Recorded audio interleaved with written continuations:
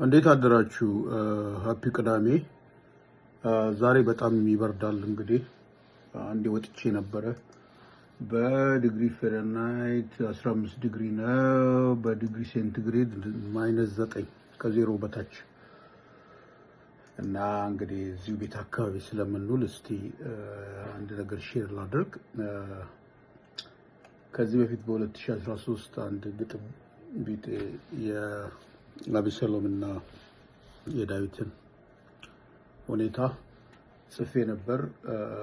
እሱ ምን ይላል? ንጉሥ ዳዊት በስደት ዳዊት በሁለት በር መካከል ተቀምጦ መልእክተኛው አኪማስ ሮጦ በንጉሱ ፊት በምድር ላይ በግንባሩ ተደፍቶ በንጉሱ በጌታዬ ላይ እጃቸውን ያነሱትን ሰዎች አሳልፎ የሰጠ አምላክ እግዚአብሔር ይመስገን አለ፣ ለእግዚአብሔር ክብር ሰጥቶ። ንጉሱም ብላቴናው አቤሴሎም ደህና ነውን ብሎ ሲጠይቀው ወቅቱ ኢዮአብ እኔን ባሪያህንና የንጉሱን ባሪያ በላከ ጊዜ ትልቅ ሽብር አይቻለሁ፣ ምን እንደሆነ ግን አላወቅኩም ብሎ መለሰለት ፈርቶ። ንጉሱም ለአኪማስ ፈቀቅ በልና ኩሲ መጥቷልና እንዳለው ኩሲም እግዚአብሔር በላይ የተነሱትን ሁሉ ዛሬ እንደተበቀለልህ ለጌታዬ ለንጉሱ ወሬ አምጥቻለሁ ሲለው፣ ንጉሱም ኩሲን ብላቴና አቤሴሎም ደህና ነውን ብሎ ቢጠይቀው፣ ኩሲም ጌታዬ የንጉሱ ጠላቶች በክፉም የተነሱብሉ እንደዚያ ብላቴና ይሆኑ ብሎ ለአባቱ አረዳው፣ አበሰረው፣ ነገረው፣ ሰረሰረው። ንጉሱም እጅግ አዘነ። በበሩም ላይ ወዳለችው ቤት ወጥቶ አለቀሰ ሙሾ አውጥቶ። ልጄ አቤሴሎም ሆይ በአንተ ፋንታ ሞቼ ቢሆን ኖሮ፣ ልጄ አቤሴሎም ሆይ ልጄ ሆይ ብሎ አለቀሰ። ድሉም በሐዘን ተቀለበሰ። ዋይ ልጄ አቤሴሎም ሆይ እያለ ፊቱን ሸፍኖ ተንሰቀሰቀ።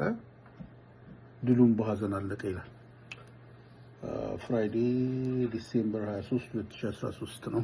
እቺ እንደ መግቢያ ነች፣ ግን ስለ አቤሴሎም ነው መናገር የፈለኩት። አቤሴሎም የዳዊት ሶስተኛ ልጁ ነው። የመጀመሪያ ልጁ አምኖን ይባላል። ስለ ሁለተኛው ልጁ ብዙ አልተጻፈም።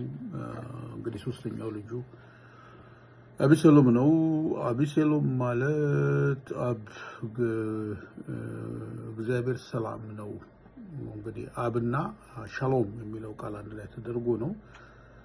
ልጁ ግን ከውጪ ነው እንጂ ከውስጥ ምንም ሰላም የሚባል ነገርም ያለው ልጅ አይደለም።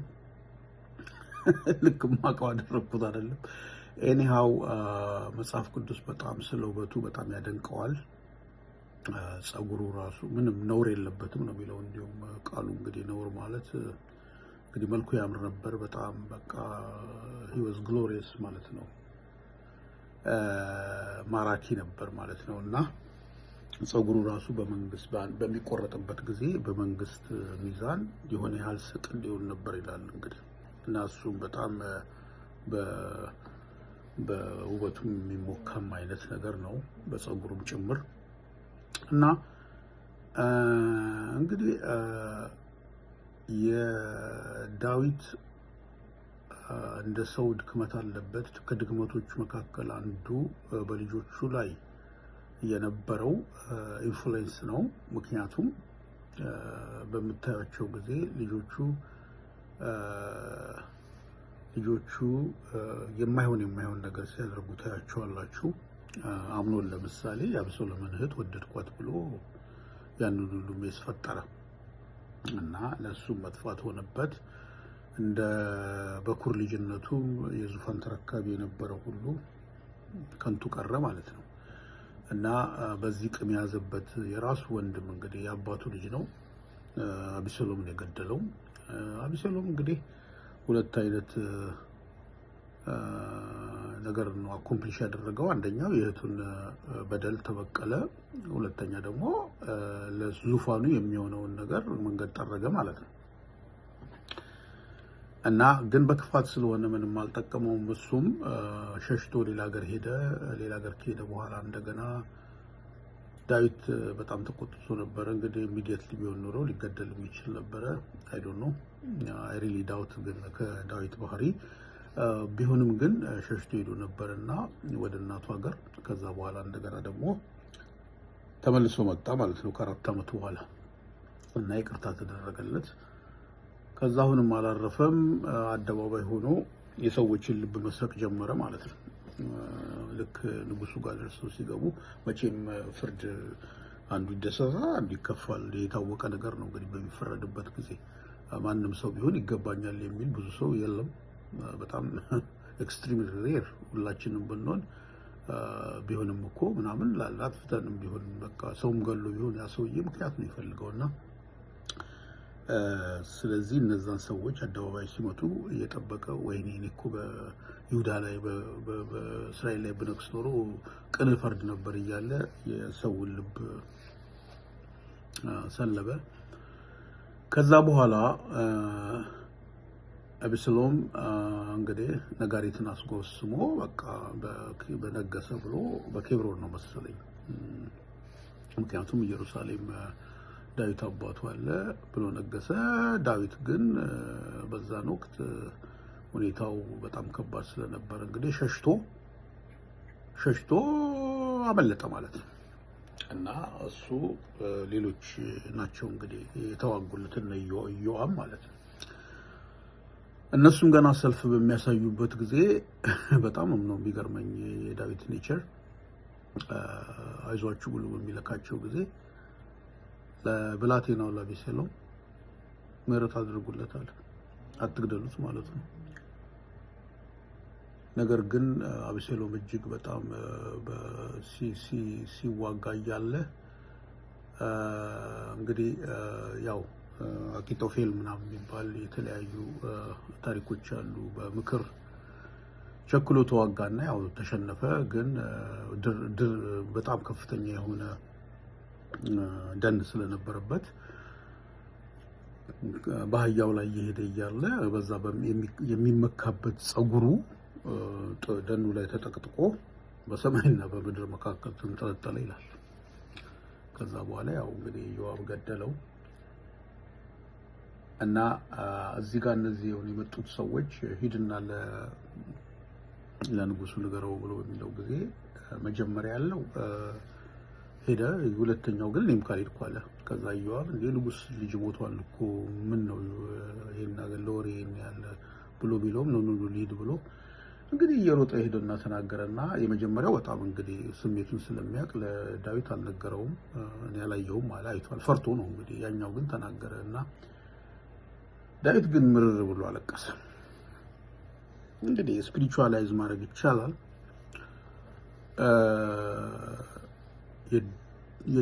ዳዊት የአቤሴሎምን ኔቸር ግጥም አድርጎ ያውቁታል። ልጁ ነው ግን መሞቱ አንገብግቦታል። ከመሞቱም በላይ ግን ከእግዚአብሔር ጋር ያለው ራሱ ተስፋ ነበረው ማለት ነው። እንግዲህ ይሄ ልጅ ይመለሳል።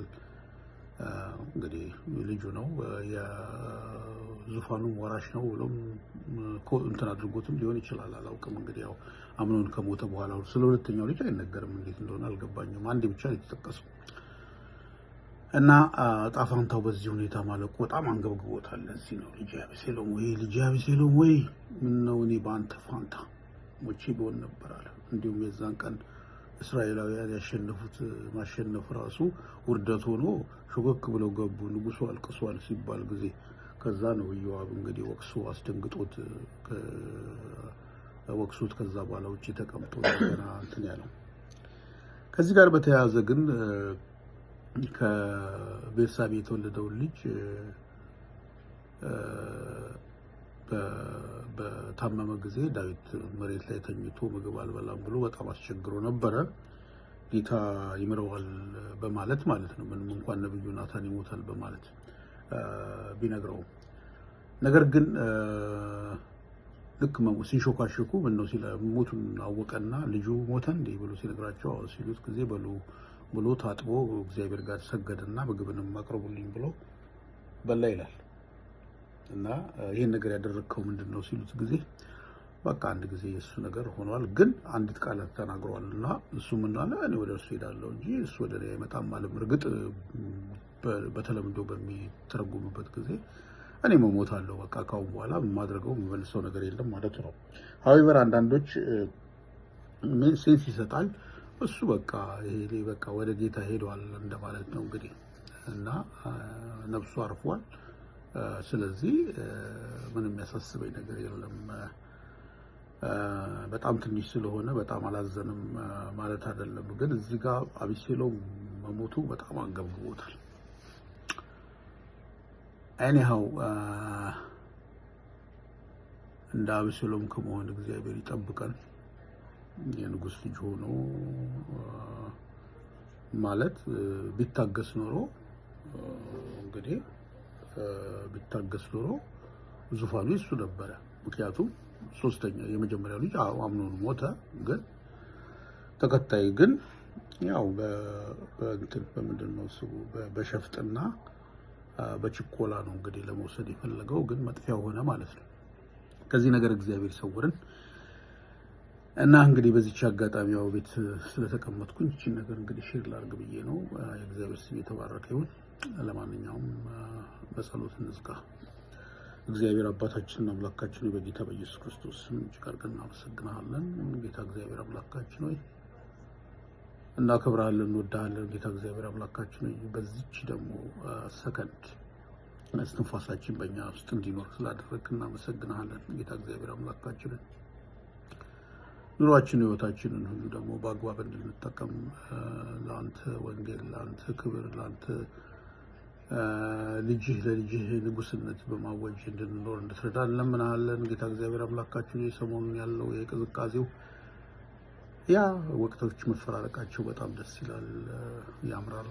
ግን ደግሞ የዛን ያህልም ደግሞ የራሱ የሆነ ዴንጀርና እንትን አለውና እባክህን ደግሞ ይህንን ደግሞ አንተ የምትቆጣጠረው ደግሞ አየር አምላካችንና መታችን ሆይ ወደ መልካም እንድትለውጥልን እንለምናለን። ጌታ እግዚአብሔር አምላካችን ሆይ የዛሬ ቀናችንን፣ ዊኬንዳችንን፣ ሰንበታችንን ሁሉ ለአንተ ለታመኑ ልጆች አሳልፈን እንሰጣለን። ጌታ እግዚአብሔር አምላካችን በተለይም ደግሞ በሰንበት የምናደርገውን ወደ ቤተ ክርስቲያን የምናደርገውን በፌሎሺፕ ህብረት ሁሉ ደግሞ እንድትባርክልን እንለምናለን። ጌታ እግዚአብሔር አምላካችን ሆይ የሚያገለግሉትን እንድትረዳቸው በመዝሙር ቢሆን በቃል ቢሆን በተለያየ ኮንዲሽን በጸሎት ቢሆን የሚደረጉት ፕሮግራሞች ሁሉ እንዳንተ መልካም ፍቃድና በቅዱስ መንፈስ መረዳት ደግሞ እና እርዳታ እንድናደርግ እንድትረዳን እንለምናለን። ጌታ እግዚአብሔር አምላካችንና መድኃኒታችን ሆይ ወደዛ የሚሄድ ነፍስ አምላካችንና መድኃኒታችን ሆይ ጥያቄ ካለው ጥያቄ እንዲመለስ አምላካችንና መድኃኒታችን ሆይ ብቸኝነት ከተሰማው ብቻውን እንዳልሆነ እንዲያውቅ አምላካችንና መድኃኒታችን ሆይ ቋጥሮ ያላቸው እንዲፈታ፣ ጥያቄ ያላቸው እንዲመለስላቸው፣ መጽናናት የሚገባቸው እንዲጽናኑ እንድታደርግልን እንለምናለን። ጌታ እግዚአብሔር አምላካችንን ለእኛ ኃጢአት በደላችንን ሁሉ በጌታ በኢየሱስ ክርስቶስ ስም ይቅር በለን። ቅዱስ እግዚአብሔር አባታችንና አምላካችን ሆይ የሀገራችን ውስጥ የሚመጣ ዜና በጣም አስፈሪ ዜና አለ። ይቺ ሀገር እባክህን አምላካችንና አምላካችን ሆይ ከመከራ የምትወጣው መቼ ነው? አምላካችንና አምላካችን ሆይ እባክህን ያቺን ምድር ደግሞ ከጭንቅ ከመከራ ከስቃይ አምላካችንና አምላካችን ሆይ ከድንጋጤ አምላካችንና አምላካችን ሆይ እንድትጠብቃት እንለምናለን። ለመሪዎችም ደግሞ ልቦና ስጣቸው አምላካችንና አምላካችን ሆይ ህዝቡን በቅንነት በማስተዋል አምላካችንና አምላካችን ሆይ በጥበብ መብራትን እንዲችሉ ደግሞ እንድታደርጋቸው እንለምናለን። ጌታችንና አምላካችን ሆይ ከላይ ከቤተ መንግስት ጀምሮ እስከ ቀበሌ ድረስ ያሉ አምላካችንና አምላካችን የተቀመጡበት ወንበር አምላካችንና አምላካችን ሆይ ህዝብን ለማገልገል እንደሆነ እንዲረዱ አምላካችንና አምላካችን ሆይ ከሙስና ከክፋት ከጥመት በራቀ ሁኔታ አምላካችንና አምላካችን ሆይ በገርነት በፍትህ በመልካም ሁኔታ ደግሞ ማስተዳደር እንዲችሉ ደግሞ እንድታገዛቸው እንለምናለን። ቅዱስ አባት ሆይ እንወዳለን እናከብራለን። ደግሞ ጌታችንና መድኃኒታችን ሁሉ ደግሞ አዳኝ አድርገህ በሰጠን በአንድያ ልጅ በጌታ በኢየሱስ ክርስቶስ ስም አቀረብን። አሜን። ደህና ዋሉ።